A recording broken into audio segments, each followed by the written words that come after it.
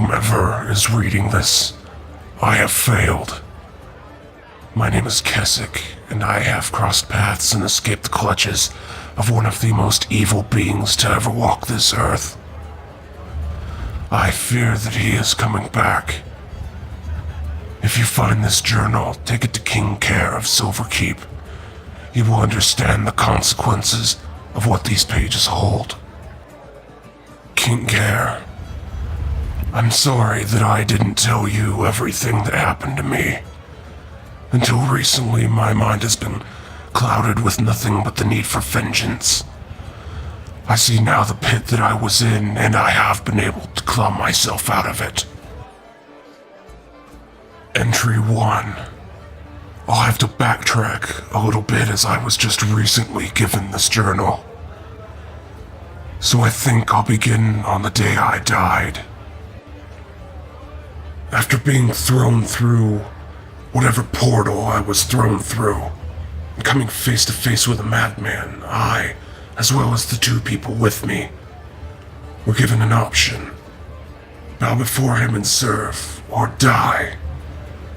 The other two were more than eager, but when I protested, I was slaughtered at the hands of the people I would have called friends. As I lay dying, I saw the madman bestow his grace, as he would call it later, upon the other two. And then I slipped into the clutches of death. Except that I didn't.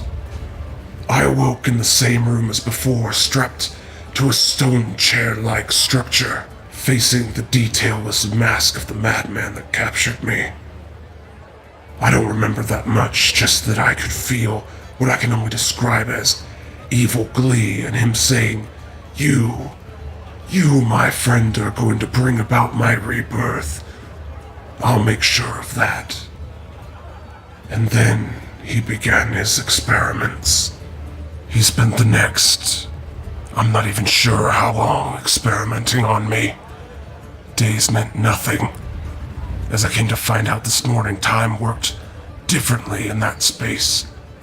I can only assume that it was under his control. I was continuously bombarded with mental tortures. It felt like he was continuously tearing my brain apart and putting it back together. It wasn't uncommon for me to pass out only to be brought back to consciousness and being told that we can't have you dying. And that was my life for what seemed like 1,000 years of time in that place. Until he felt he was finished with me, that I was ripe for whatever purpose he had for me. My mind was broken. I was no longer me. He had won.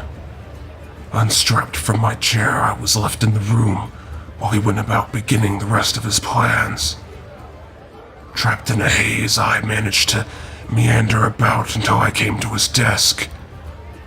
And I remembered searching that desk. In the second drawer on the right side, I found a ceremonial knife. I remember staring at it for the longest time. I remember picking it up and looking at it. And I remember slitting my own throat. Sweet relief. And then I woke up. I found myself lying on a 4-poster bed in a stone-walled room. My clothes and weapons lay folded on a chair across the room from me. I dressed and made my way out of the room and down a hallway, but was stopped by a servant who brought me to the king. Well, the new king. I killed the old one. I suppose if anyone could do the job, it would be the guy that served a king for so long.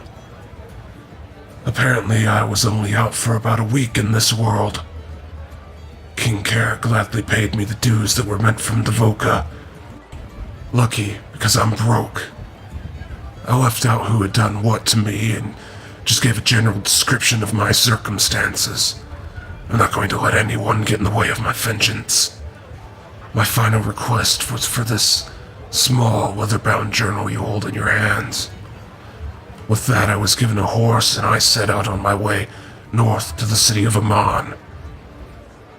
I took a room inside a small tavern on my way there. I got here at a good time, as it seems Everyone downstairs is fighting. I'm sure Ferric would have liked this place. I'll continue my journey tomorrow.